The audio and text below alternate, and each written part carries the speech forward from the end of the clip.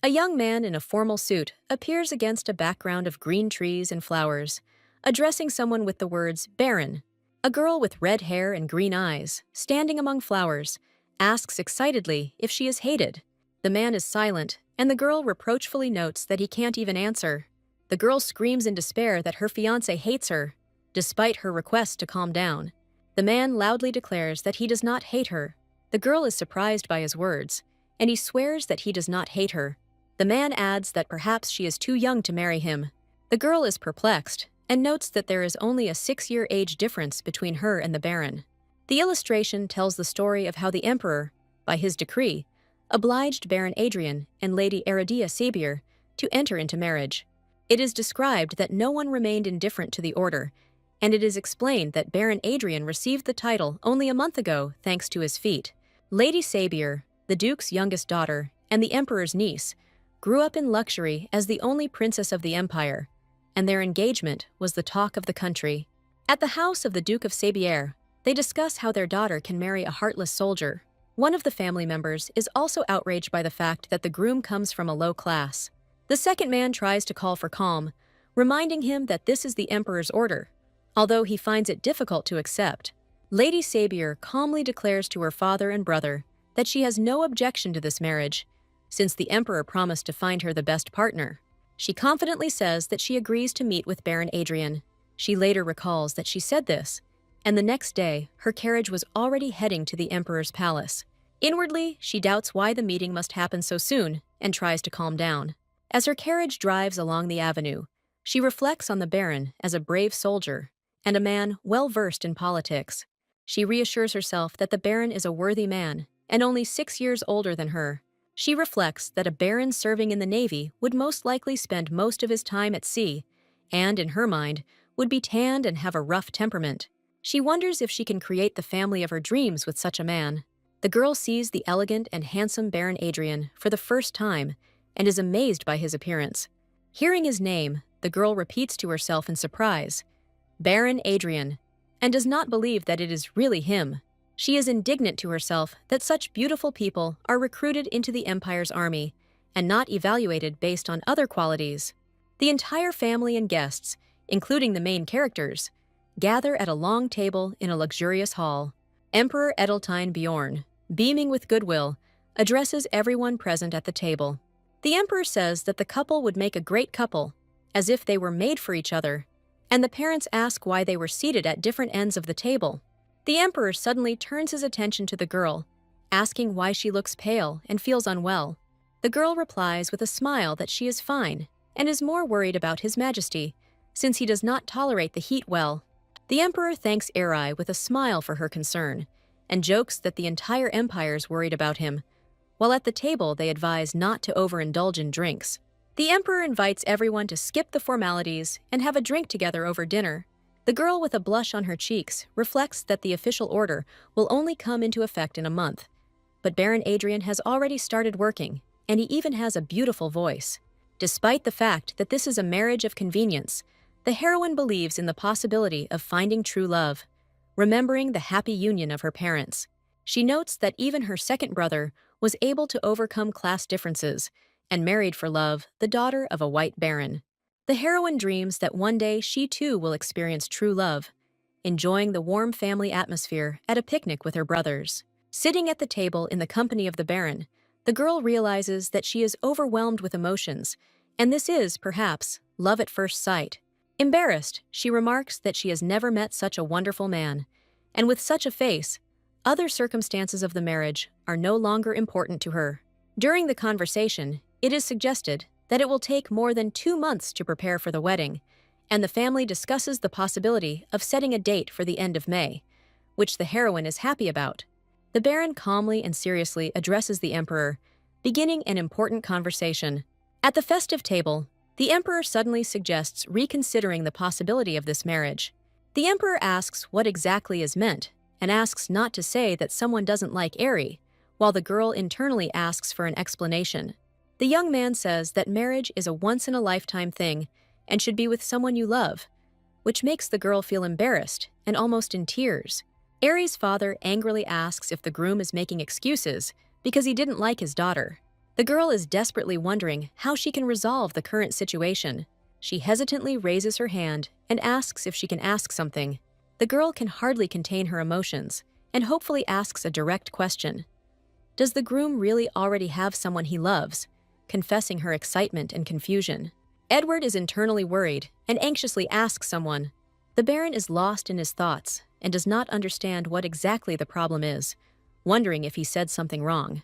After this personal meeting, he realizes that Aerie is beautiful, gentle, and will undoubtedly be loved by many worthy young men.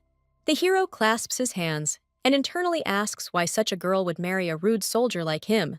He adds that she is too young, and again, the question arises whether he really loves someone else. The character's internal monologue, "He has no one," and a meaningless engagement without feelings is doomed to break up, because due to his service, there was no interest or communication with women. He admits that he never even had a chance for a relationship, but suggests continuing to discuss the engagement and leaving the organization to the officials. Night falls over the building, illuminated by the windows of the large palace. In another room, a girl is sewing and painfully thinking about what to do next. She is visited by disturbing thoughts. Maybe there is something wrong with her. The maid Martha wonders if the groom really turned out to be as rude and uncouth as he seemed before. The girl denies it, but to herself, she wonders how such a beautiful man can be rude, because it's impossible. In her imagination, Baron Adrian seems so perfect, as if God himself created him in 3 days and 3 nights, accidentally adding too much beauty. Aerie, confused, turns to Edward, screaming why they should be the ones to link their lives. She realizes that her embroidery is so terrible that it hurts to look at. The girl panics and thinks that the Baron imagined her differently before the meeting and was perhaps disappointed in her appearance. Aerie shyly asks the maid if she can ask her a question about her attractiveness. The maid is surprised in response, and Aerie accuses the groom of being blind because he did not notice her charm.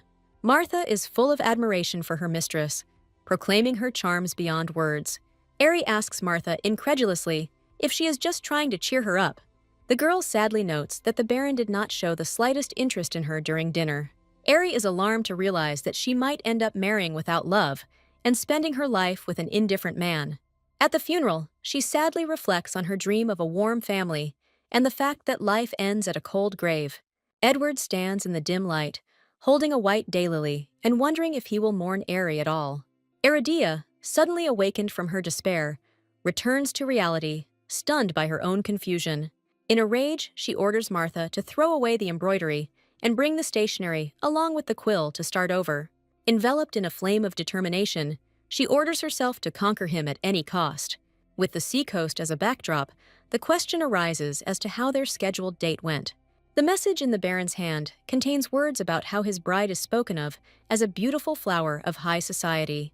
The lieutenant, with slight irony, reminds Edward of his role as his deputy and asks about the results. In the office, Edward learns that the meeting did not go as planned, and the bride was probably terribly dissatisfied. At the table, he listens with irritation to the endless praise of his qualities, feeling that he is being ignored. Holding the cigarette butt in his fingers, the Baron announces that he is leaving the key position in the fleet to his subordinate.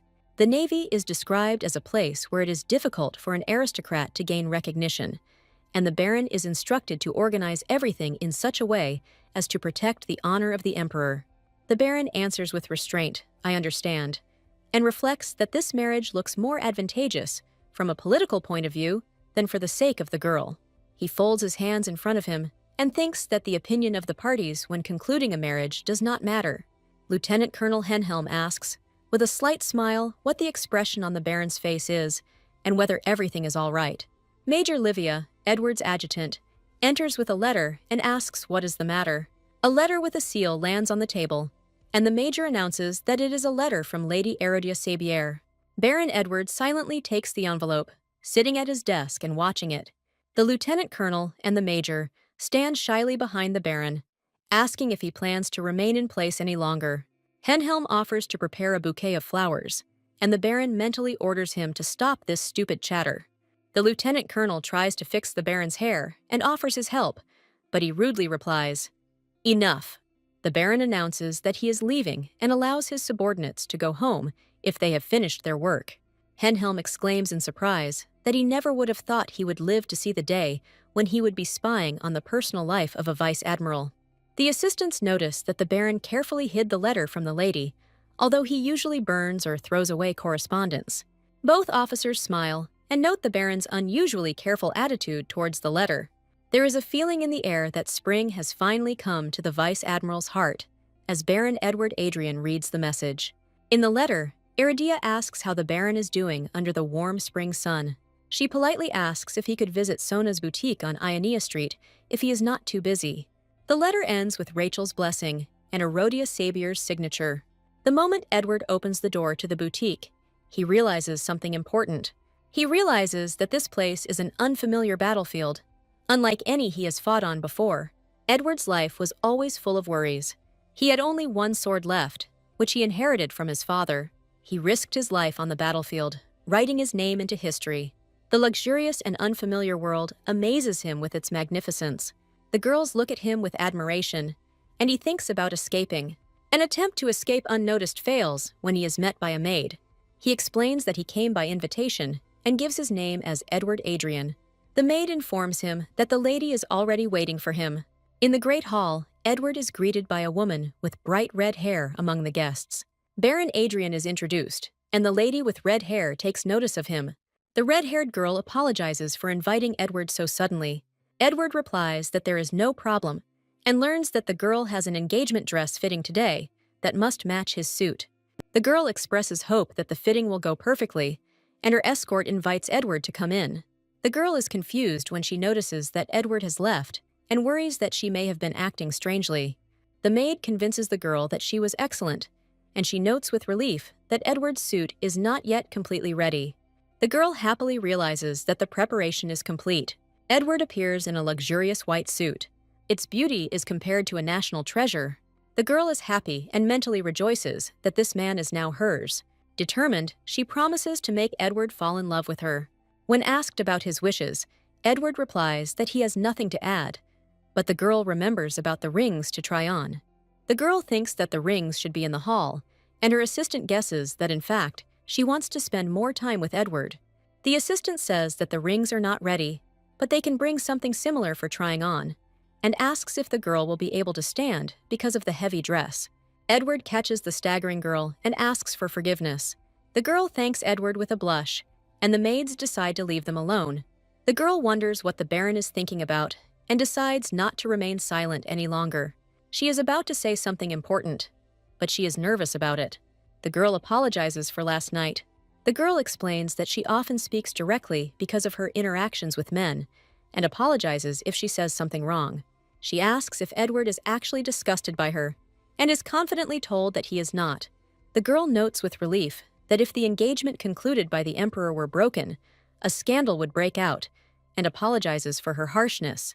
She asks not to worry about this and smiles. Edward asks if there is anything she would like to do before the wedding. He explains that she is too young to marry, and would like to fulfill as many of her wishes as possible.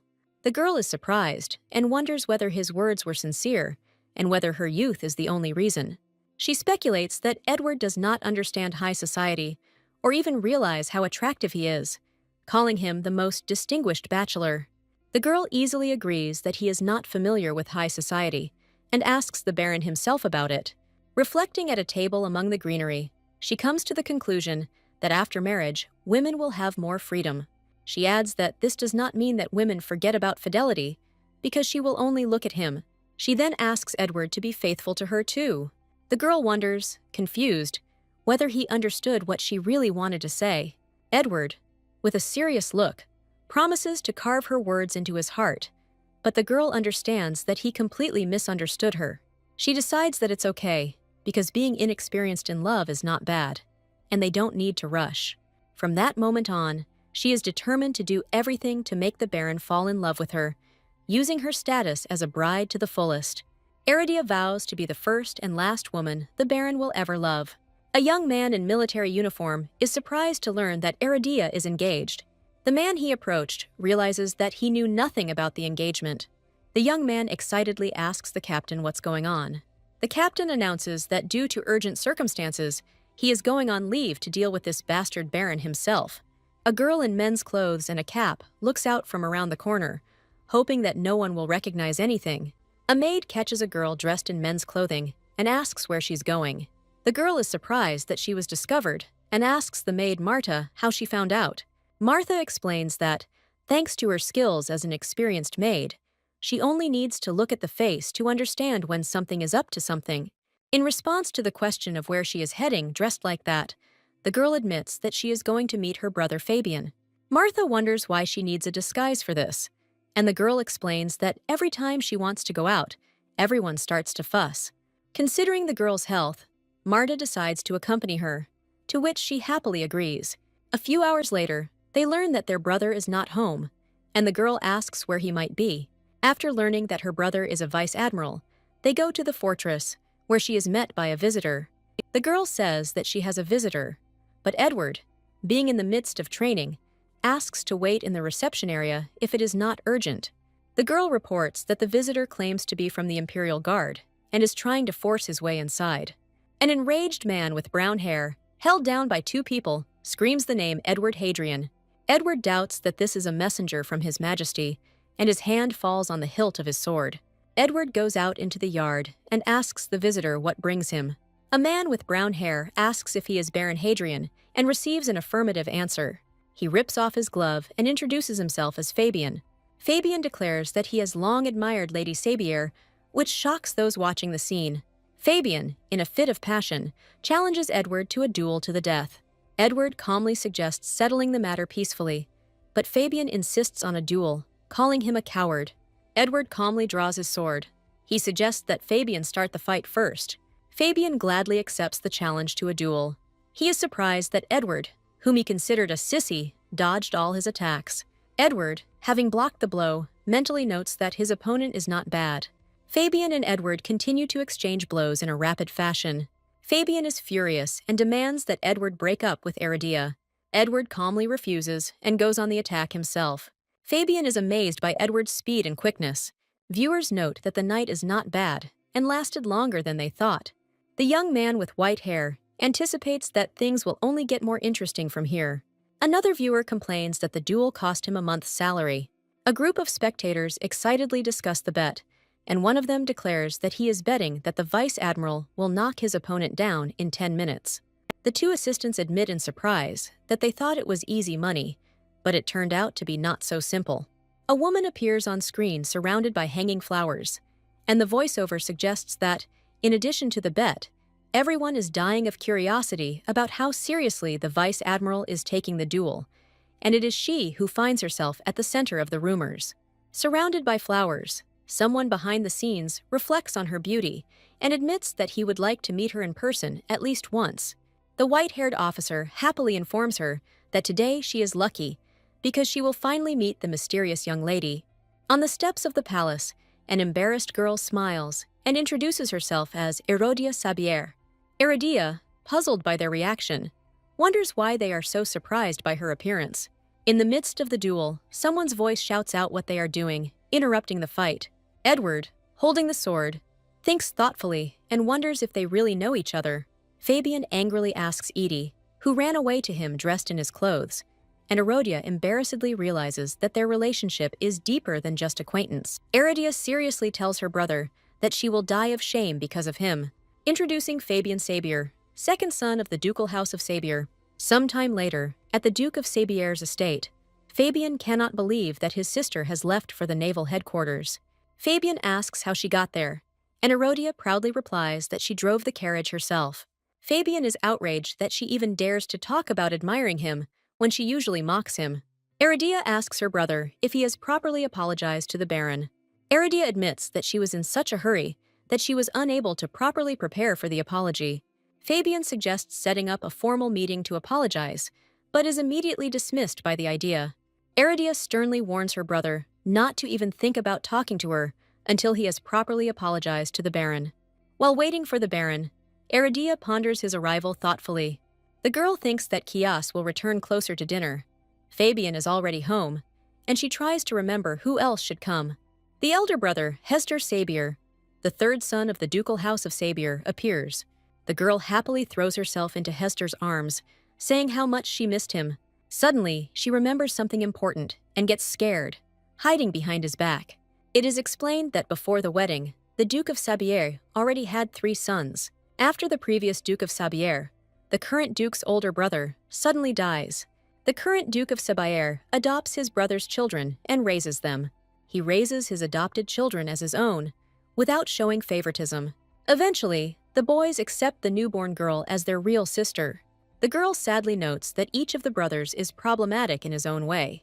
A man with a scar on his cheek thinks that someone is being too protective of Erodia and asks to tell him to leave him alone. The second brother smiles and warmly admits that he missed Erodia. The girl thinks that Hesder won't agree so easily and wants to ask him about it casually, clinging to him. The brother asks if Erodia is feeling better. She replies that it was just a common cold and nothing serious. The brother wonders why he was forbidden to visit Erodia. She objects that she was worried, and he justifies himself by saying that he didn't want her to get sick, although in fact, all this time he was just reading books. Erodia doubts his excuses, but her brother still insists that the reading was not going well because of the excitement about their meeting. Erodia takes the plunge and starts a conversation with Hestar, saying that she has something she wants to discuss. She asks him what he thinks about spring coming, and what if she suddenly fell in love. The brother is shocked to learn that Erodia may have fallen in love. She awkwardly justifies that it's all just hypothetical, and Hestar, upset, wants to end the conversation.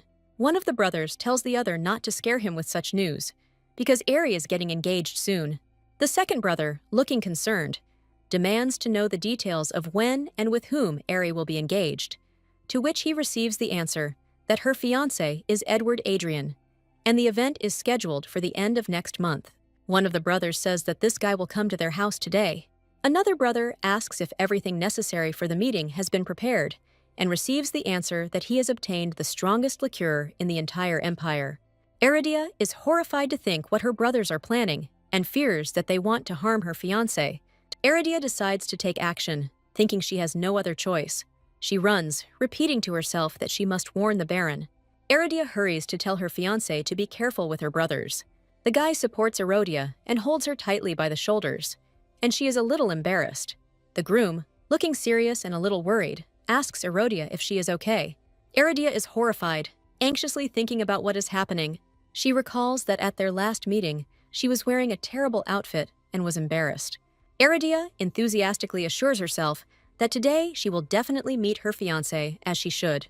But from the very beginning, she feels that everything is not going according to plan, and she does stupid things. Erodia gathers her courage and decides that she still has a chance to make things right, saying that he arrived earlier than expected. During a thunderstorm, the girl awkwardly remarks to her fiancé that the weather is great today. The guy agrees, and Erodia is surprised by his calmness and invites him to look at the living room so as not to stand around doing nothing. Having met the brothers, Erodia suddenly remembers that she forgot to warn her fiancé about them. Alone at the table on a rainy night, Erodia wonders how her life came to this. She feels abandoned as she watches her fiancé and brothers having fun together while she is alone. An hour ago, the brothers were discussing their upcoming meeting over dinner, sitting in a tense atmosphere against the backdrop of a fire. Erodia panics and thinks that what is happening is too embarrassing, especially because she and the Baron were seated far apart. The Baron hands his glass to one of the brothers, apologizing for the last time and offering the drink as a sign of reconciliation. The brothers accept the apology with a smile and drink as a sign of friendship, but privately they think that the Baron has been caught. One of the brothers thinks with disdain that some Baron is not worth the little finger of their Erodia and offers to fill his glass. The brother decides to make him drink to show his true colors and insistently offers him another glass. The Baron holds his glass with a smile, while one of the brothers mentally gloats, suggesting that he smile while he can. Despite the amount of alcohol he had consumed, the Baron's mood only improved, and he wondered why he was still conscious. The brothers notice that the Baron's face has turned red, and decide that this is their chance to learn about his past. One of the brothers asks the Baron if he learned to drink from his father, to which he replies that he learned while serving in the Navy. At sea, the Baron tells us that he entered the service in accordance with the will of his father, who was also a sailor, and because of the romance of sea life. The brothers, touched by his devotion to family ties, ask in confusion at what age he entered the service. Upon hearing that the Baron entered the service at 16, the brother is shocked and assumes that he passed the exams to enter the Naval Academy on the first try. The Baron modestly replies that he was simply lucky, while his brother is amazed at his achievement, since the competition to get into the Naval Academy is the toughest. One of the brothers excitedly asks the Baron to tell about his role in the war, and the second mentally scolds him for helping the Baron boast.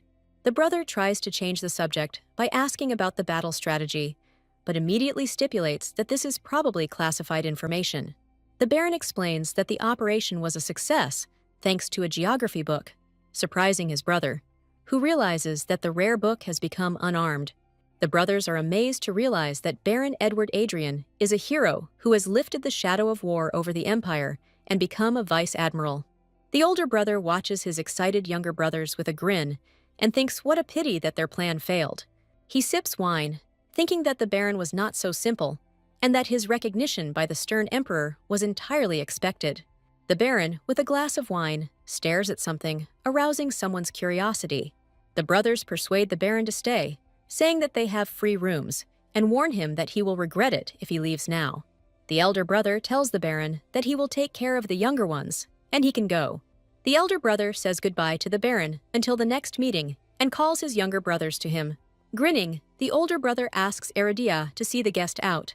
As a result, seeing the Baron off, the upset Eridia realizes that she was never able to say a word to him. She complains that every time she tried to speak, her brothers would intervene and interrupt her. By the end of the evening, the brothers seemed to have forgotten about her existence altogether, but she was glad that she didn't have to protect the Baron from them. The Baron embraces Erodia and officially declares that from now on, any attack on him will be considered an attack on her. Eridia bites her handkerchief in despair, lamenting that she never imagined that she wouldn't be able to talk to him. Eridia sheepishly asks the Baron if he was bored during his visit. The Baron replies that he felt terrible, but his tone makes it clear that he is joking. The Baron, with a gentle smile, asks Erodia to tell him about the Sabier family next time. Eridia covers her mouth with her hands in shock, thinking to herself that this is the first time she's seen him smile so genuinely. The girl wonders when she will be able to remain calm when she sees his face, remembering his image in different situations. At night, someone reminds us of the upcoming appointment of an admiral of the Navy. The speaker adds that the emperor will also be present, and that one must look impeccable, as befits a crown prince. A woman's hand with an elegant ring and bracelet adjusts her outfit, and a voice says that she, too, should get ready. An elegant blonde lady in a luxurious dress, with pearls and rubies, joyfully notes that the family will finally be reunited. At the ceremony, someone comments that he heard about the engagement of the man appointed to the post of Vice Admiral to Lady Sabier. Eridia thinks that even though the Baron is a war hero, he is just a simple Baron, and the Duke's daughter was here on the Emperor's orders, so the Duke is devastated. She smiles and whispers that she simply wants to become Eridia Adrian. Nearby, a woman in a plaid dress notices that she is not alone here. Eridia hears someone asking if this woman could be a family member of the officer who is being promoted today. She catches whispers behind her back that they are discussing her only because of her dress. The girl is inwardly indignant that these people only know how to boast about their status. Eridia smiles warmly and comments on how beautiful the weather is today. The neighbor assumes that she is here because someone in the family has been promoted and congratulates her. Eridia modestly replies that they are not a family yet and politely asks for forgiveness. The servant brings her a glass of lemonade and tells her that it is her drink. Eridia notices that only one drink has been brought between the two of them and asks for the lady to be served first. The butler sheepishly promises to bring the lady another drink soon. The servant rushes to press the call button when Erodia again demands that the lady be served first. The agitated attendant panics, apologizes, and vows to serve the lady immediately. Eridia apologizes to her neighbor for the inconvenience, and she reassures her and tells her not to worry. The girl clarifies that she does not want to cause inconvenience, and the neighbor again assures that everything is fine. Eridia proudly raises her hands to the sky, declaring that she is quite an influential figure in this country. She puts on her funny binoculars and happily exclaims that it seems like everything is starting, feeling 100% ready. The knights line up with swords at the ready as Baron Edward Adrian enters in a ceremonial march. A voice from the rostrum proclaims the appointment of Edward Hadrian as Vice Admiral of the Navy and the blessing of the gods for his new position. The girl with long red hair happily points at Baron Adrian, wanting to show everyone her fiancé. She smiles and reflects that if it weren't for the Baron, it is unknown when the war would have ended. The girl is surprised to notice that the Baron is looking at her.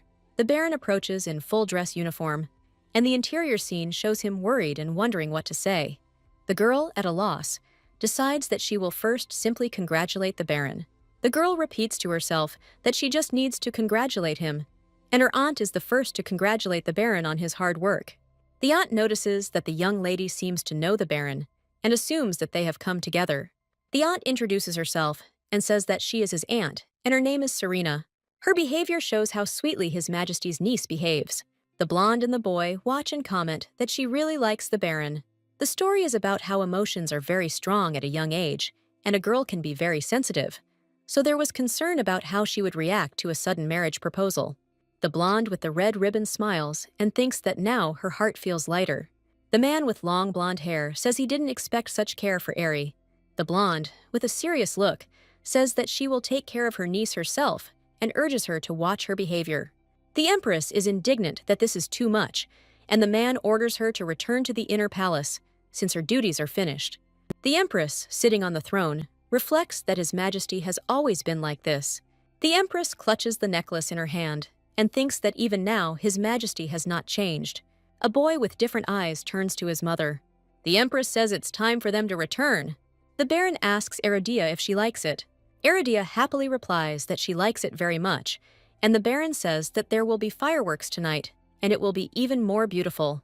Against the backdrop of the sunset sky, there is a conversation about whether it is normal that the aunt was let go so easily, but there is confidence that she has always been a quiet person. Eridia laughs a little sheepishly and says that she feels better now. The Baron claims that his aunt has taken a great liking to her and remarks that there are no people who would not like her. The girl is amazed to realize that perhaps the Baron himself likes her, which makes her heart beat faster. The fireworks begin, and Erodia and Edward look up at the sky in delight. The girl mentally thanks the fireworks, because otherwise the Baron would probably have heard her heartbeat. For the first time in her life, she feels something like this, telling the Baron that the fireworks are magnificent. Eridia takes a sharp step, is surprised, and meets the Baron's gaze. She suddenly feels that her feet are not touching the ground, and looks around in surprise. The Baron desperately screams her name, reaching out his hand to her. The Baron hugs Eridia, whom he saved, tightly, and she clings to him. Eridia is shocked to realize that the Baron has just addressed her by name for the first time. Eridia, looking out the window, doubts whether it was a dream, but she still hears the Baron's voice in her head calling her name. She tells her maid that the Baron has never called her that before. The maid suddenly addresses her, causing her to cry out in surprise. The maid reports that she has received a letter from the inner palace. Eridia reads the letter impatiently, mentally skipping the formal greetings in order to quickly get to the essence. The maid watches with concern as Erodia, confused, forces herself to get to the point of the letter. The letter invites Erodius and her fiancé to come to the inner palace. Eridia smiles as she looks forward to visiting the inner palace on a fine day. She wonders how she should start the conversation when meeting the Baron. The Baron suddenly appears behind a confused Eridia, catching her off guard by asking if there was something she wanted to say. The Baron addresses Eridia by name, and she, confused and agitated, cannot utter a word. The Baron offers to announce their arrival, but Erodia panics when she realizes that they are already in the inner palace. Eridia mentally urges herself to pull herself together, reminding herself to be strong in the inner palace. The herald announces the arrival of Lady Sabier and Baron Adrian to His Majesty in the magnificent hall. The Empress greets Erodia with a smile. Eridia, walking arm in arm with the Baron, thanks him for the invitation, while the Baron asks them to pass. The Empress explains that she invited them because they are important ladies to her, and she was eager to see them. Erodia politely replies with a smile that it is an honor for them, but secretly thinks with doubt that the Empress really wanted to see her. As Erodia looks at the Empress's glittering jewelry, she notes to herself that she clearly dressed so extravagantly to dominate. The Empress introduces her guests, first Countess Havel, and then the Marchioness of Cheshire, who compliments the Countess.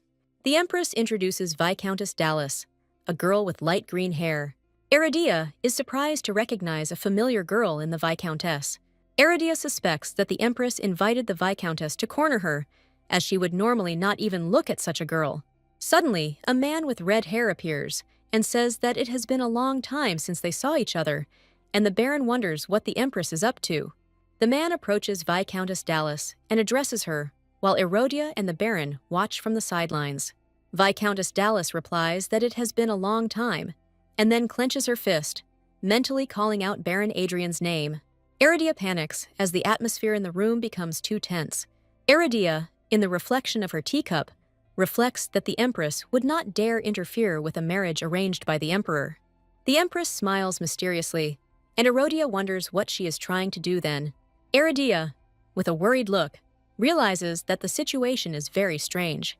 The Viscountess suddenly breaks the cup, exclaiming that something is clearly going on here and begging for forgiveness. The Baron, his hand stained with spilled tea, calmly asks if anyone was hurt. Aridia anxiously asks the Baron if he is okay. The Empress sarcastically comments on what a rich reunion it is, and Erodia suggests that the Viscountess was overexcited by her meeting with the Baron. While the maid offers to bring clean clothes, Aridia ponders the Empress's words about reunification. Aridia is confused and wonders if the Baron and the Viscountess know each other and what their relationship is. The Baron takes Erodia by the hand and, refusing help, tells the Empress that they are leaving. The Empress asks why they are leaving so quickly, assuming that the Baron and the Viscountess have something to discuss, but the Baron replies that he does not want to cause trouble. The Baron politely apologizes for his sudden departure.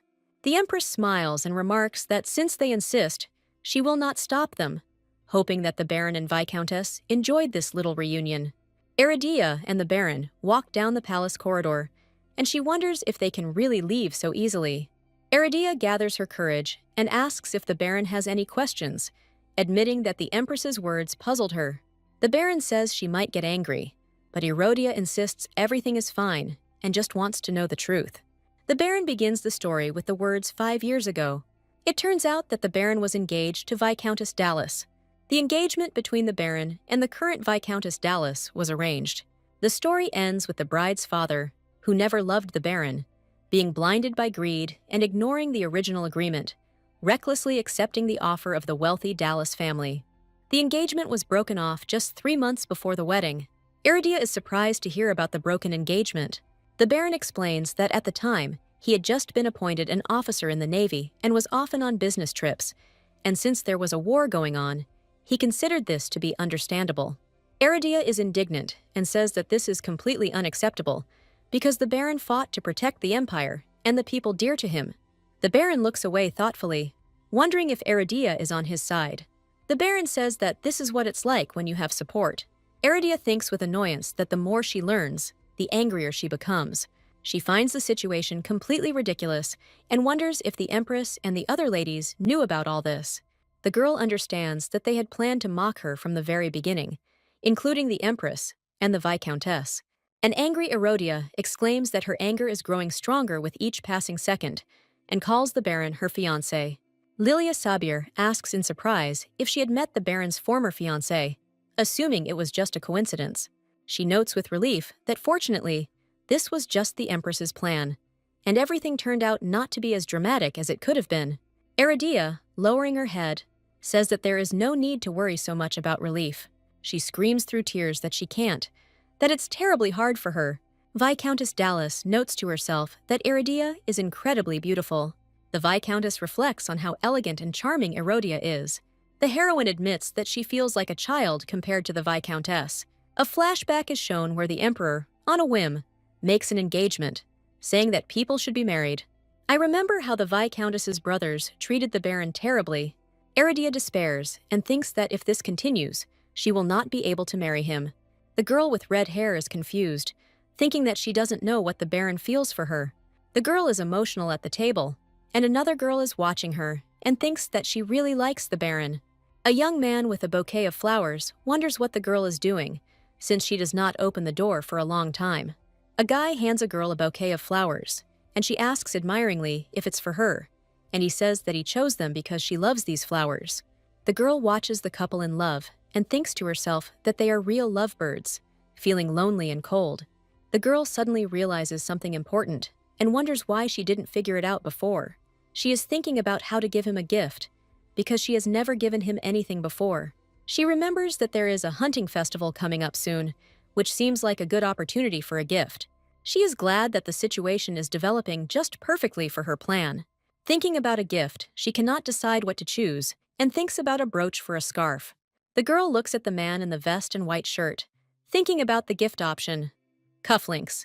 She thinks that he looks good in everything, which makes choosing a gift difficult. The girl understands that the gift must be meaningful and truly touch him. She notices an unusual shining pendant with a blue stone in the shop window, which attracts her attention. The girl's face lights up with joy, and she realizes that she has found the perfect gift. She decides that a beautiful pendant will adorn the scabbard of his sword. The girl imagines herself handing the pendant to the man, wishing him victory at the hunting festival. In her imagination, she hears the man thanking her for the gift and promising to dedicate his victory and glory to her. The girl suddenly becomes embarrassed and realizes that this fantasy is too idealized.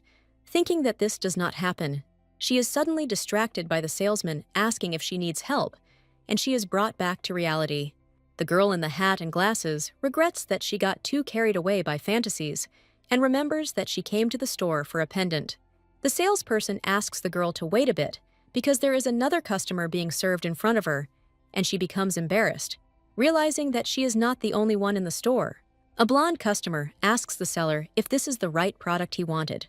The girl asks to wrap the pendant with a blue ribbon so that it matches the color of the stone. The girl suddenly suspects that the buyer might take exactly the pendant she needs. She checks and is surprised to realize that this is indeed the very pendant she wanted to buy. The seller asks what's the matter, seeing the girl's confusion. She, embarrassed, admits that her request is impolite, but for her this pendant is extremely important. The blonde buyer thinks about it, says that he has no particular reason to buy this particular pendant, but hesitates. The buyer wonders why the girl is trying so hard, disguising herself and asking to give up the pendant, asking her a direct question. The girl insistently confirms that the pendant is very important to her when the guy clarifies its significance. She explains that she was tasked with buying this gift for an important person of her mistress's, and if she fails, she will simply be thrown out. She humbly asks the guy for generosity, and he listens to her thoughtfully. The guy asks if her owner really wants this particular pendant, and the girl happily confirms his words. He seems to understand the situation and comes to some conclusion. The guy smiles and declares that he will never give her this pendant. The girl is shocked by his answer, and he adds that, to his greatest regret, he himself really liked this pendant. He says that he is very sorry, but adds with a smile that it is none of his business, and that these are other people's problems. The girl is shocked by his behavior, and in her thoughts calls him a vile creature. She thinks that he could have refused from the very beginning, but instead he gave her hope only to cruelly take it away, although she understands that it is not his fault. The girl with red hair thinks that the blonde's actions are simply beyond good and evil. She approaches the gentleman and offers to pay double the price for the pendant. The seller notices that the pendant is even reflected in her eyes when she begs him to sell it to her. The blonde, covering his mouth with his hand, thinks how funny she is. He notes that a moment ago she was modest, but now she is behaving insolently, and he has no choice. The blonde asks if she wants to settle the matter with money, and the girl confirms that her mistress agrees to any amount. They both put pressure on the seller, demanding that he make a decision on who to sell the pendant to. The seller panics and thinks that he is not the one who should be solving such issues and is in despair. The scene shifts to the naval headquarters, showing a view of the sea and seagulls. The esteemed baron sits at the table and reads a letter. The red-haired girl writes a letter to the baron, in which she hopes for his well-being, and admits that she wrote to him to relieve her melancholy.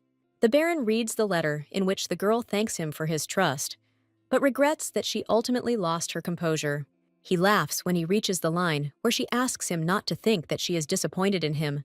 As he gets to the point of looking forward to meeting him at the hunting festival, someone knocks on the door and asks permission to enter. The collected and calm baron allows the visitor to enter.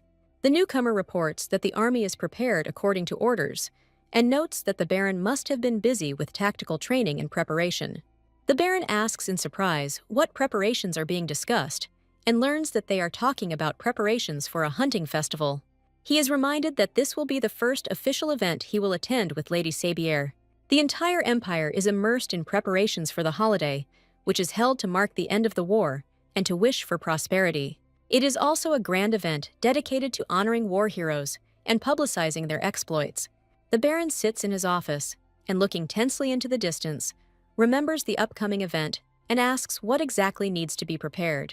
The bespectacled advisor energetically lists 3 main reasons why this year's hunting festival is especially important. The same advisor urges the Baron not to waste a second and to immediately go to the studio so that Lady Sabier looks magnificent. The little helper in dark glasses vows to live up to high expectations and declares that they still have a lot of work to do. The assembled people make their way to the exit, shouting forward in one voice and preparing for action. The Baron, seeing the city so lively, sincerely feels that the war is truly over. Stepping outside, he realizes that he is now focused on the internal affairs of the empire and suddenly meets Herodias. Stopping in the crowd, the Baron thinks that he has been thinking about her more and more lately and wonders when it started. He remembers that at first his thoughts were about a young lady who was too good for him, but now new, bolder feelings arise in his thoughts. The Baron realizes that all he sees around him is her dazzling smile. The Baron thinks that, unlike other aristocrats, the lady is always unpretentious and full of life. In disguise, the seller realizes that every time he sees her kindness, he feels an overwhelming feeling of affection for her. The Baron admits that her unpredictable nature can be a nuisance at times and notices her mustache. The seller, confused, asks why the Baron is here. 30 minutes ago, the seller begged the owner to give him the pendant. The shop owner demands an immediate decision on who to sell the pendant to, pointing out that there is only one copy available. The seller claims that the pendant was taken straight from his hands, so he will sell it to the Baron. The Baron runs away in shock, exclaiming that this cannot be and asking not to be disturbed. The girl comes to her senses, decides not to despair, and find a better gift by ringing the bell. She thinks all is lost, but then the Baron suddenly appears. She is confused as to how to explain why he is dressed like that. The blonde advisor notices with concern that something is wrong with the Baron. The girl covers her face with her hands and admits that she wants to dig a hole and bury herself in it.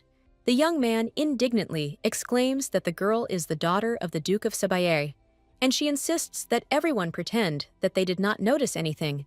The salesman in the salesroom hesitantly asks how the Baron would like to pay for the gloves. The Baron takes out the money and agrees to pay, learning that the gloves cost 50 rubles. The girl exclaims, "Wait a minute," and demands to check the final price with the seller. With horror, she realizes that the price is actually 50 rubles and suspects an attempt to deceive the Baron. The Baron questions the quality of the gloves' leather, but the seller solemnly asserts that they are made of the finest cowhide. The onlooking buyers are amazed to see that the Duke of Sabier's daughter is bargaining like a commoner. The seller irritably agrees to sell the gloves for 30 rubles and does not intend to make any more concessions. The girl is delighted that she managed to agree on a good price and considers herself the winner. She blushes and presses her lips together, thinking about how she disgraced herself right in front of the Baron. The Baron and the disguised girl walk silently along the cobbled street. The girl sadly notes that the Baron did not say a word during their entire journey. Inwardly, she blames her clothes and behavior for the Baron's possible disappointment. The Baron suddenly laughs, looking at her warmly and taking her hands. With a trembling voice, she turns to the Baron, and he apologizes for his sudden laughter. The girl timidly asks if he has disappointed the Baron, and he, in surprise, asks again how exactly. She guiltily admits that she dressed up as a man, abandoned her elegance, and even argued with the salesperson. The Baron admits that he was surprised. The girl tells herself that she expected such an outcome. The girl stands shyly in front of her interlocutor, hears a compliment, and feels her fears disappear. She reproaches herself, considering herself not worthy enough compared to other women. Erodia pressed herself, trying to surprise him.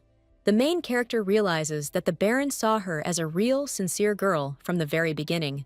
The heroine thinks that she herself was creating unnecessary worries and rushing events. Erodia smiles sincerely and admits that the Baron's words make her infinitely happy. The Baron jokingly says that a mustache suits her, to which she shyly asks him not to tease her. He asks about the reason for the visit, and the girl explains that she came to prepare for the hunting festival. The Baron, standing against the backdrop of the sunset, listens in surprise to the heroine's request to help with her business. because she wants to spend more time with him. The girl cheerfully offers to help with choosing a costume, assuring him that she has excellent taste, and receives consent to her help. She asks to be called simply by her first name. The man, slightly embarrassed, calls the girl by her name, Erodia, and she smiles happily. The blonde notes to himself that this is the same unusual lady in men's clothing, but admits that she is very cute. A girl in a green dress with an umbrella stands among the foliage, looking around in surprise. There is a lively scene on the street. People are chatting. One person is carrying a tall stack of books. The line sounds wonderful. Someone's silhouette suggests that His Majesty put a lot of effort into organizing the hunting festival. A young man among the trees responds to his sister's appeal with a smile. The girl laughs at the fact that her brother brought a mountain of books with him. The emperor meets Eri, says he is glad to see her, and notes that she looks even more beautiful today. The girl, surrounded by flowers, presses her hand to her chest with a slight smile and admits that the words spoken are a great honor for her. The two men cheerfully discuss how all men are enchanted by the heroine and advise the Baron to be on his guard. A group of people notice that the one they consider the main contender appears. The men present repeat in surprise. Someone calls him the main contender. The blond man with yellow eyes politely greets His Majesty, introducing himself as Edward Adrian. The young man in white says that he is glad to see so many outstanding people of his country. A young woman and a young man are told that they look like a perfect couple inside a gold-decorated frame. The man asks the girl with concern if everything is okay with her. The heroine, smiling, asks the Baron how he is doing. The blonde watches the couple and notes to himself that their relationship is developing faster than he expected. The man, with a thoughtful smile, decides that it is time to remove all obstacles. At the meeting, it is announced that the rules of the competition remain the same. The winner will be the one who catches the most valuable prey, and the judges will be the dukes and the main organizer. This year, as the presenter reports, the winner of the festival will receive a special award. The reward will be a golden sculpture of Jesus' hand, decorated with precious stones and with the ring of the first Emperor Bjorn. The true value of Jesus' hand lies in this ring, which belonged to the founder of the dynasty. This ring symbolizes belonging to the imperial family and is the most important treasure of the empire. The participants are discussing why nothing was said about the main contender for this prize. Some people wonder if the whole festival was really just for one person. Someone remarks with interest about the so-called main contender, outlining his plans with a mysterious smile. The girl holds out a precious stone in her palms and asks the Baron to take it. She wishes Edward a safe and successful hunt. The heroine is worried about choosing a gift, but is glad that she was able to find something worthy. The young man says goodbye to Erodia and goes hunting, holding the sword and pendant with him. Under the blue sky, the announcement of the beginning of the hunting festival sounds. The girl is irritated by what is happening around her. At the table, women watch closely and discuss the heroine's possible marriage to the Baron. The heroine categorically notes that her relationship with the Baron concerns only the two of them. She is internally outraged by the excessive attention of others and clearly demonstrates this with a gesture. The girl feels awkward under the gaze of a large number of people. Everyone knows about their engagement, but in reality, behind the appearances, there is something personal and special between them. The girl is worried that if the wedding doesn't take place, everyone will consider it a complete failure. She thinks that even if there had been another bride in her place, the Baron would still have fulfilled his duty. The heroine imagines that he would be just as kind and smile just as much at another girl. Standing under the umbrella, she admits to herself that she can't stop thinking about it, even though she thinks it's stupid. She realizes with surprise that she had never worried about such things before. The girl falls on the grass in despair and exclaims why organizing a wedding is so difficult. The suddenly appearing blonde looks at the girl standing with her back to him with an umbrella. She turns around in shock and wonders why this man is here. A young man is interested in learning about a rare plant from Wallaby's geological record. He has completely forgotten about the festival and is happily rejoicing that today will be a successful day. Baron Adrian sits on his horse, holding a fox in his arms, and his surprised friend turns to him. In the forest, a dialogue takes place where one man is interested in another's hunting, and the other admits that he is not too keen on it, after which he is asked what he is holding in his hands. The Baron shows the fox cub, which causes surprise, and the question of whether he caught it. The man explains that the fox cub followed him on its own, and he decided to take it into the tent to protect it from danger. He says that the animal reminds her of someone. The Baron assumes that the fox cub will please Lady Erodia. As a child, the heroine really wanted a dog, but she was never allowed to have one, which made her very sad. The brother imagines how happy his sister will be to see the fox cub, and mentally sees her happy face. The girl stands in the forest, confused, wondering what this strange situation is. She looks away and wonders why he is here. The girl anxiously wonders if he recognizes her. The man warns her about walking alone, and she worries that if her father finds out about her foray, he will lock her out of the house for a whole month.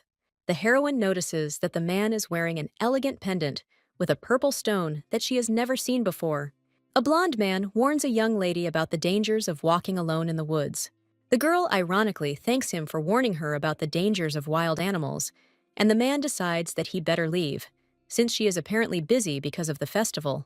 The blonde man states outright that he is not at all interested in the hunting festival.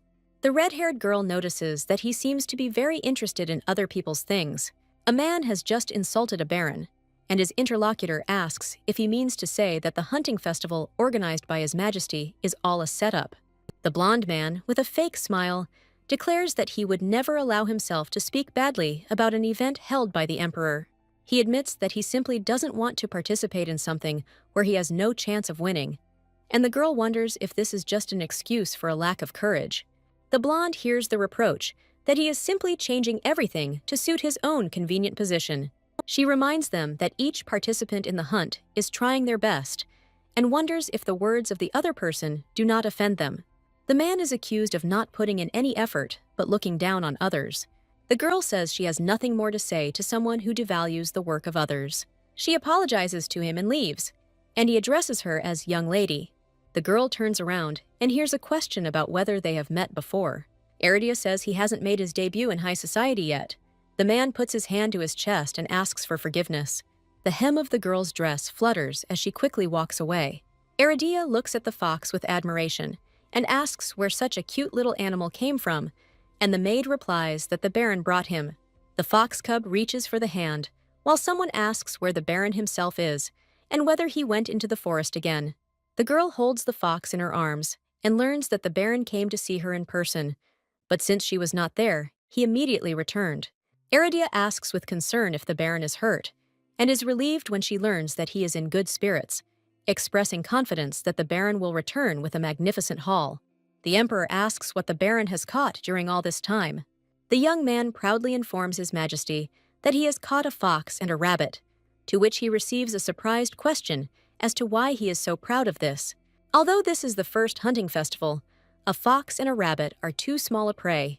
The heroine notices that too many people are watching what is happening, and this is turning into a problem. The two men discuss that if the Baron wins, the reaction will be immediate. Baron Adrian, dressed in elegant clothes, is depicted against a golden glow, with a caption stating that he was there to ensure that the meaning of the festival was properly understood. Reflections on the fact that it is not the Baron's lack of skill that is the problem, but rather that he simply does not understand the essence and importance of the hunting festival, with an admission of error in assessing how far the Baron is from high society. The Emperor stands in front of the enraged bear and wonders what to do.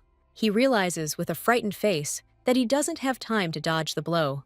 Edward steps between the bear and the blonde, preparing to defend himself. Blood from the bear's wound flows through the air and falls in drops to the ground. The Baron's bloody sword is thrust into the ground. A man rushes into the camp and reports that His Majesty has been attacked by a bear. The girl is shocked and is told that Baron Adrian fought the bear alone. The maid calls for Milady, who starts to run, and the servant reports that the Emperor's physician and the knights have already left for the scene. The girl kneels in the grass, receiving assurances that no one was seriously hurt. They support her by the hand. She tearfully admits that she was afraid for the Baron, and hears that everything will be fine with him. Her brother comes and asks what she is doing here. He carefully hugs the pale Airy and asks Martha to bring her something warm. Airy covers her mouth with her hands in confusion, fearing that something might have happened to Baron Adrian. The girl tries to convince herself to believe in Baron Adrian. She turns her back, mentally repeating that he will be okay. Silhouettes of horsemen appear in the forest, and someone notices that they are returning. A man with blonde hair, dressed in a dress uniform, appears on horseback. Edward emerges from the shadows of the forest, his clothes covered in blood, breathing heavily and holding his hand over his chest. Eridia rushes after him and sees him dismounting from his horse. The Baron asks Erodia in surprise why she is here. She rushes and hugs him tightly. He looks at her with a soft smile and notices that she was very worried. The girl anxiously asks the man if he is injured anywhere. The man assures her that he is not wounded, but the girl does not believe him, seeing the blood on him. She admits that she was afraid for him and worried that something might happen to him. Edward gently grabs her hand and places it on his face, asking if she will continue to insist that he is not okay. The man tenderly hugs the girl and thinks about how glad he is that everything worked out. The Emperor jokingly asks if she is sure that everything is okay with him, and the girl reacts to this question with embarrassment. She muses that the very fact that the man is riding a horse is proof that he is okay, even though the fight with the bear was only violent in name. The frame shows a bloody sword. A huge bear falls heavily to the ground with a loud sound. Edward stands with his sword, asking His Majesty if he is wounded. The Emperor notes with amazement that this is incredible. The blonde looks at the fallen bear with a serious face and mentally notes that it was killed with one blow. He reasons that there could not have been a better performance. A man with a sword and bloodstains is depicted as the newly determined winner of the festival. Edward Adrian is asked to come to them. Someone points out that no one would be against the champion being the man who single-handedly killed the bear. In recognition of his services in saving the Emperor's life, Baron Hadrian receives Jesus' hand in marriage and the title of Viscount. Baron Adrian bends his knee and says he must refuse. The Emperor asks whether the honor shown to him is really insufficient and demands an explanation. The man asks to be allowed to pass on the privileges he has received to the woman who has supported him for a long time, his aunt. The blonde internally notes how unexpected it is to give the title that everyone dreams of to his aunt. The Emperor thinks with a smile that, as he expected, he did not disappoint him. Aunt officially takes the title of Viscountess in place of Baron Adrian. The hunting festival ends earlier than expected. Despite this, those around you do not advise anyone to get upset. The head assures that this spring will be incredibly exciting for the main characters. News of the events of the hunting festival spreads like wildfire throughout the empire. The story of the champion's request, which led to the appearance of a new viscountess, becomes a legend, and the man kneels before the woman, kissing her hand. The news of the unusual rise of a common woman to the nobility caused delight and awe among the noble ladies, who enthusiastically discussed her success. At the same time, many members of the aristocracy expressed dissatisfaction with the fact that a peasant woman had suddenly become a viscountess. When they met at the table, two elegantly dressed ladies discussed what His Majesty was thinking about when he allowed such a decision. The sophisticated interior echoes calls for calm in the current situation. The woman assures her interlocutors that she understands their feelings perfectly, but it is impossible to argue with the royal decree. At the same time, the dialogue emphasizes that such a woman herself would never renounce the title, unless she was forced to do so by circumstances. The Marquise responds to the royal person's appeal. The royal person asks the Marchioness whether her second son is an archbishop. She shares her desire to invite him to bless the upcoming engagement ceremony. On the day of the engagement, music plays in the open air, and guests gather for the ceremony under a flower arch, preceded by a performance by musicians. The woman in the lilac dress tells the maid that she is completely numb from nerves.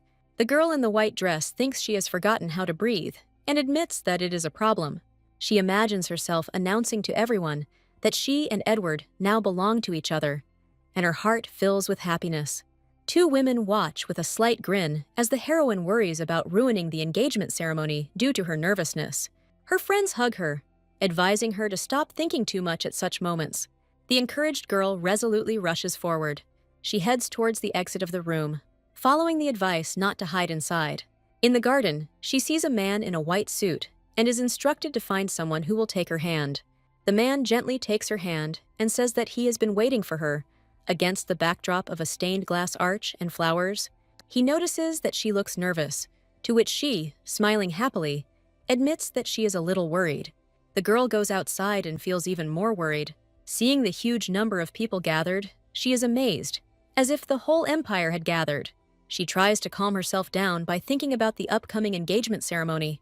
With a determined look, she promises herself to make it clear to everyone that Edward belongs to her. The girl happily thinks about how she will put an end to the interest of high society in Edward, making him unattainable for others. Someone asks in surprise what they mean. The heroine is alarmed to learn that the archbishop will not be able to attend the ceremony. At this moment, a cry is heard about the rain that has started and what will happen to the ceremony. Edward manages to catch Aridia, protecting her from the rain as everyone rushes to take shelter in the estate. Someone shouts that the tent is about to collapse under the pressure of the elements. Someone shouts to all the guests to take shelter in the estate from the approaching rain. The erosions indicate the direction she should go to find shelter from the weather. The girl's eyes reflect sadness that the grand engagement ceremony that everyone was waiting for is being interrupted. The white rose in the rain symbolizes the ceremony's moment of glory that never happened. Someone asks about Aridia's condition, to which the answer is that she is, understandably, in a state of shock. A close-up of the girl's face is shown. As she was so eagerly awaiting the engagement ceremony, she remembers dreaming about this moment every day and begs him to let her wake up if this is a nightmare. A voice is heard from behind the door, asking permission to enter Aridia. The Baron receives permission and enters the room. He notices traces of tears on her face. Edward reassures Aridia, asking her not to worry too much about what happened today. The girl is worried that even if they hold the ceremony again, the weather may interfere with them again. The man in the blue suit speculates that the weather could have been a coincidence, but it is strange that the archbishop suddenly failed to come. Edward gravely notes that he has never heard of an archbishop missing an engagement ceremony. Aridia does not believe in coincidences and feels that someone deliberately arranged the disruption of the ceremony. The lying girl is addressed with the words, "Milady." The maid reports that a letter has arrived from the Baron and asks if she really does not want to read it. The maid waits anxiously for her mistress, awaiting an answer. A week has passed since the failed engagement ceremony, and the ball season is approaching, causing excitement among the aristocracy. The atmosphere around Duke Xavier becomes tense, like walking on thin ice. Since the failed engagement ceremony, the family's only daughter has locked herself in a room behind a massive door. Aridia, clutching the letter, feels the weight of Edward's loss and knows she must see him as soon as possible. The maid stands at the door with a sign, holding a tray, and thinks that the mistress deliberately did not read all the letters, but really wants to meet Edward. Aridia, depicted in a funny childish style, sits among scattered letters and cries, screaming that she has reached the limit of her strength. The girl, her nose buried in the envelope, asks hesitantly, "Do you even want to meet me, Edward?" Aridia's gaze drops down as she feels Edward's coldness towards her, even though it's not her fault. Under a heavy impression, she thinks that perhaps Edward is tired of her and is already considering calling off the engagement. Suddenly, a voice is heard behind the door. "The Baron is here," and Aridia repeats to herself in horror. "Edward." Fear-stricken, Aridia orders Marta to tell the Baron that she cannot meet and is feeling unwell. Standing by the half-open door, Aridia whispers to herself that she doesn't have the courage to go out and see Edward right now. The girl is shocked as a mysterious voice addresses her, which she takes for Edward's voice. Aridia panics and wonders what Edward is doing here, and if he could have heard something. Edward asks, sadly in his voice, if she has come to hate him. Aridia, with tears in her eyes, exclaims that this is not so. The girl tries to explain haltingly that this is not true at all. Edward invites her to go into town with him. Aridia is enthusiastic about the idea of going to the market for a change of scenery. Suddenly, she remembers that their engagement has become the main topic of conversation in town. She points to her simple clothes and says that she will need time to get ready, and also needs to get her father's permission. Edward replies that she doesn't need to dress up, which surprises her. Aridia, walking around the city, reflects that besides dresses, there are other things that suit her. She is horrified to realize that she is going on a date with Edward again, and that it was he who asked her out for the first time. The girl thinks that Edward is very polite for asking her father's permission, and wonders why he tries so hard. Looking at Edward, she thinks that she expected his anger, but instead, he asked her out on a date. She worries that if things continue this way, her expectations of him will become too high. On a crowded street, Edward asks Herodias to take his hand. Aridia agrees, and, holding his hand, thinks that it is impossible not to have expectations when he is so kind. The two of them walk along a sun-drenched path along the water. Aridia is surprised to realize that she is having a lot of fun, and even the cotton candy seems tastier than usual. She reflects on how she was recently sitting in her room in a depressed mood, and now she is happy. Edward asks Iridia if she is feeling better, and she happily confirms that she is. He explains that he decided to cheer her up by inviting her to the market, as he remembered that she liked it there last time. Iridia thanks him and says that he must have been sad too. Edward says he did this walk to cheer them both up, but there's more to it. He hands the surprised Iridia a box with a ring, saying that he always wanted to give it to her. Recalling past events, he says that the situation was hopeless. As he places the ring on her finger, he says it's natural to feel down when an engagement ceremony doesn't go as planned. Edward tells Iridia that he wants to devote his entire life to her. He smiles and suggests that this is like a continuation of their engagement ceremony. Iridia shyly and happily asks him to take care of her.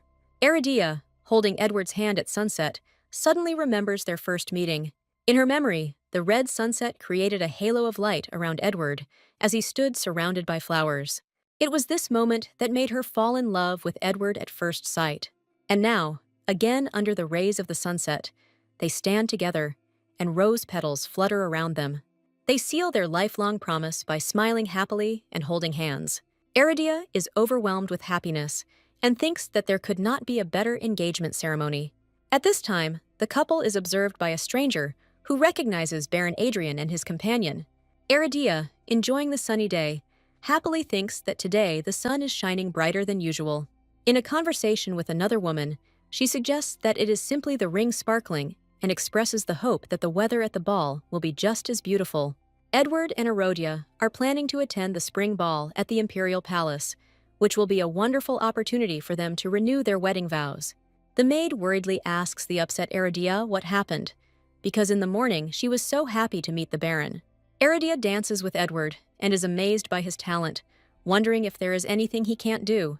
Iridia complains to the maid Martha that the problem is that Edward looks amazing not only to her, but to everyone around him, including the dance instructor. She panics, imagining that if things continue like this, everyone at the ball will fall in love with Edward. Iridia, with a determined and slightly crazy look, declares that she will not allow this. She decides that for the rest of the ball, she is the only one allowed to hold Edward's hand. Arriving at the ball, Iridia is surprised by its splendor and beauty. A man with reddish hair approaches her and remarks that he heard how happy she was to come in with the Baron. He smirks as he notices that she is now holding his hand, which he is honored to do. But Iridia explains that she had no choice due to the presence of someone more important. She looks at the woman in the blue dress with a pattern of roses and thinks that high society really needs a breath of fresh air. The guests are excited by the announcement of the arrival of His Majesty the Emperor and Empress, and the event is about to begin. The Emperor and Empress, dressed in luxurious attire, appear before the guests in all their glory. The Empress, surrounded by red roses, gives the impression of being a truly extraordinary person. Iridia is angry at how smug the Empress looks for wanting to call off her engagement, and decides not to let her have her way this time. Finally, the most long-awaited guest arrives, and the imperial couple turns their gaze to the lady in the blue dress. The Emperor graciously allows Lady Heberion to raise her head. The Emperor solemnly announces to all present that he grants the title of Viscountess to Lady Heberion, who stands before him. He explains that the title is in recognition of Edward Hadrian's service in saving his life during a hunting festival. Iridia proudly thinks that having a man like Edward in the Empire is a great honor, and that his connections with important people make the Empire's future even brighter. The Empress looks tense as she reflects on the fact that Edward is no longer a commoner, but a baron with a great future, connected to the Viscount's family and holding the post of Vice Admiral of the fleet. Sooner or later, Edward will bring changes to the Empire. Iridia and those present at the ball are sure of this. The era of privileged nobility is coming to an end. Iridia thinks that the Empress will probably keep her sour expression until the end of the event. Edward notices that Iridia's face is very red. He asks if she is nervous. Iridia admits that she is a little nervous, as this is her first official ball, and notes to herself that Edward is very experienced in such events. Edward says he didn't realize it right away, because she rarely shows her charms, but today she looks amazing. Iridia thanks him, noting that the Baron looks great as well, and thinks to herself that only an experienced man could say such a compliment with a straight face.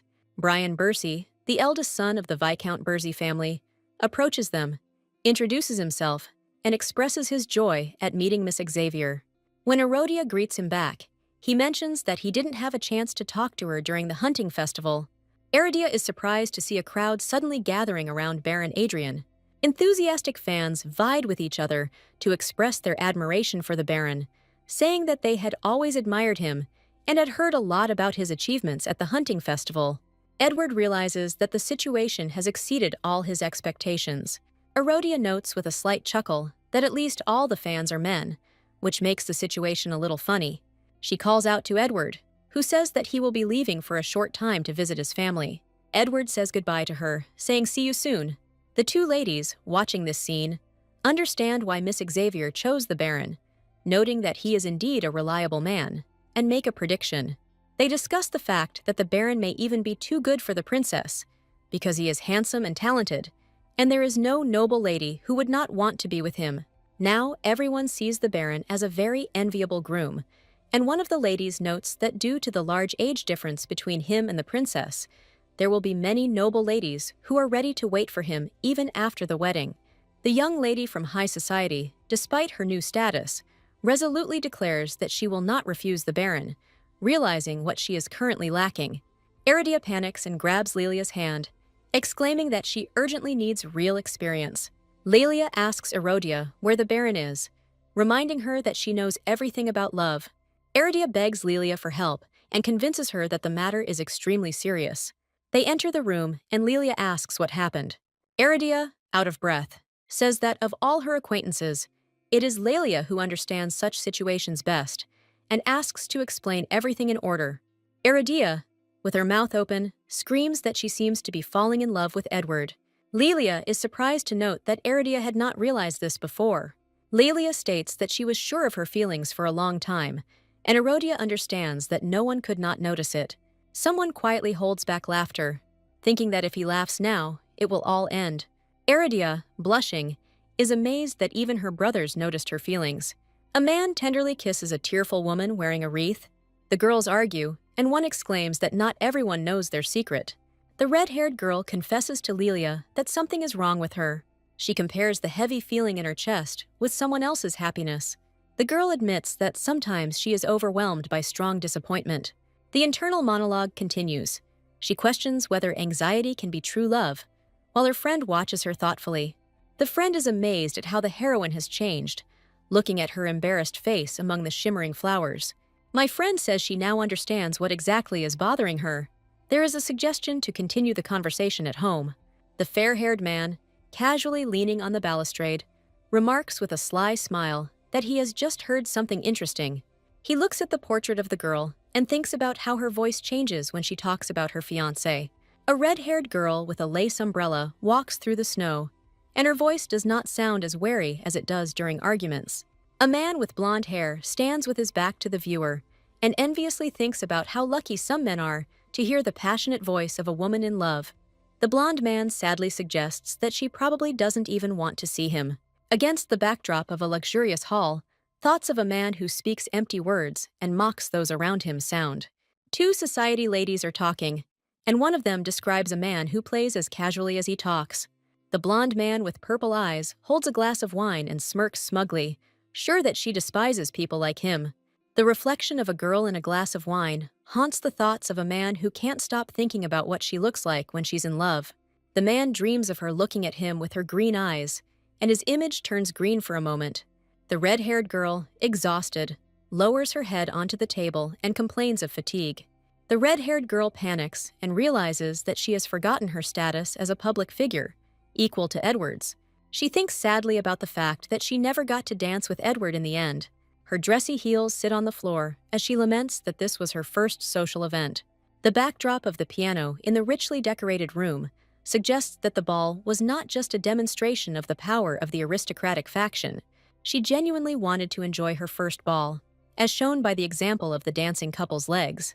In the flashback, she dances with the blue-haired Edward, whom she trained so hard to dance with.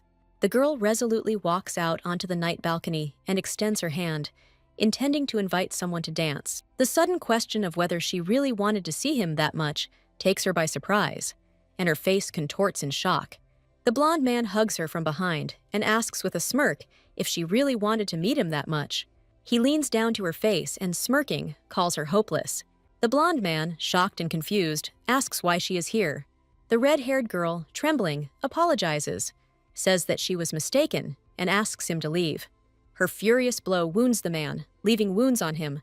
A blonde man watches with sadness in his eyes as a red-haired girl walks away against the backdrop of a brightly lit window. A one-eyed man interrupts another couple's conversation with a smirk, while the first blonde man reproaches the dark-haired girl for breaking the agreement. The blonde man walks away into the glowing mist, disappointed to think that this was not the reaction he wanted to see. He admits that he wanted to know everything about her, both her angry face and her laughing voice. The man realizes with pain that her tear-stained face was the one thing he never wanted to see. A red-haired girl in tears is outraged by the rudeness of a man who hugged her without asking, just like he did at their first meeting. She looks into the distance at Edward and realizes that he is the one she really needs. The girl is puzzled why this man is standing next to him. The red-haired girl resolutely approaches the dark-haired man, causing surprise in the brunette who is watching them. The brunette asks the suddenly pale girl what happened to her. The girl replies that it is she who should ask what is wrong. She angrily shouts to her rival that Edward is her fiancé, no matter how much she clings to him. Edward watches in shock as his fiancé loudly announces their engagement and future marriage. Against the backdrop of the mansion at night, a proud announcement is made that she will become the wife of Baron Adrian. The red-haired girl, with a nervous smile, restrains herself from shouting her feelings in public. Rumors spread about Lady Sabier's jealousy, which makes Baron Adrian's life a living hell.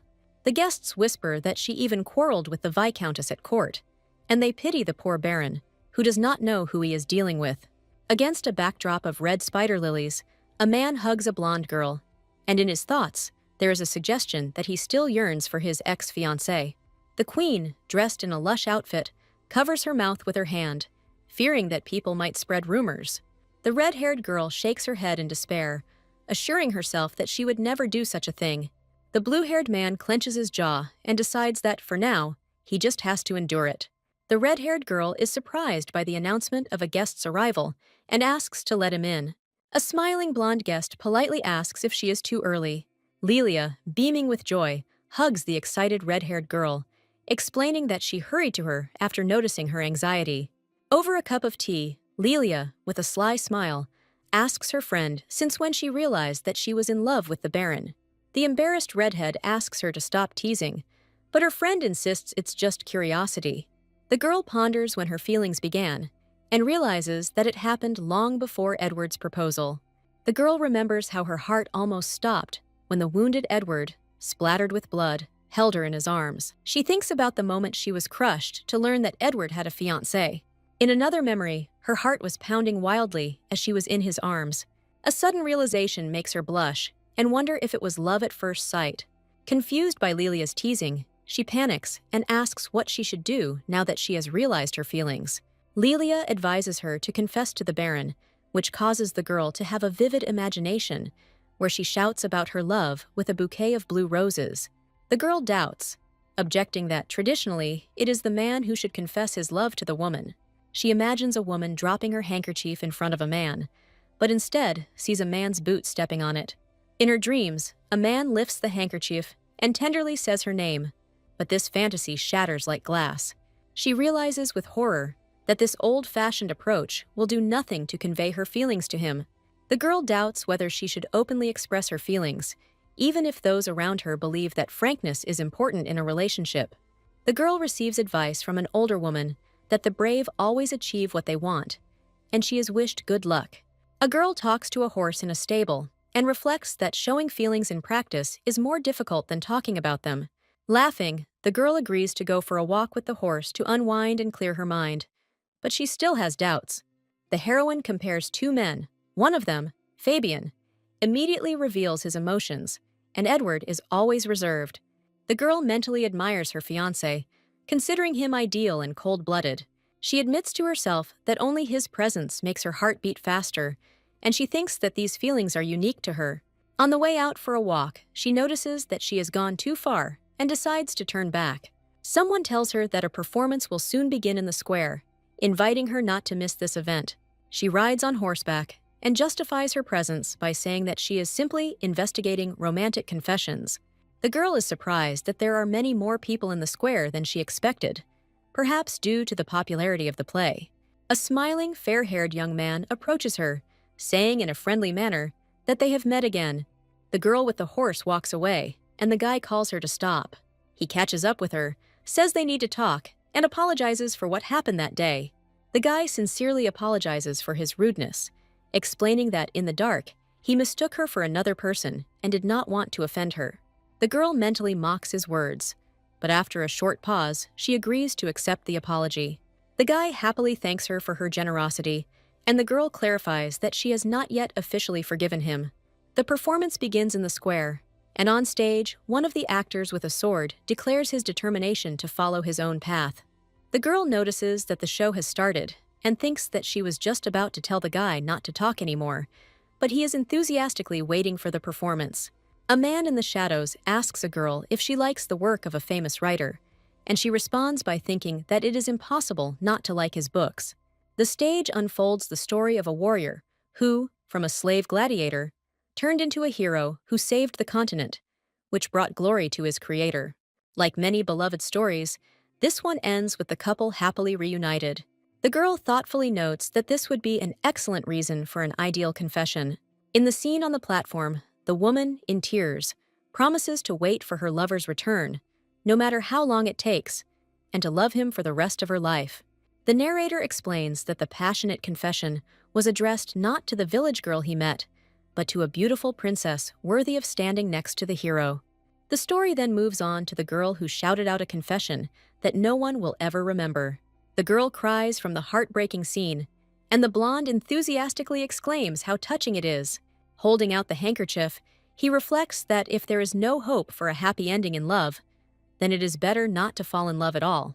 The girl thinks with irritation about how frivolously the blonde talks about such things. The blonde guy thoughtfully admits that she might be right, and love really isn't that simple.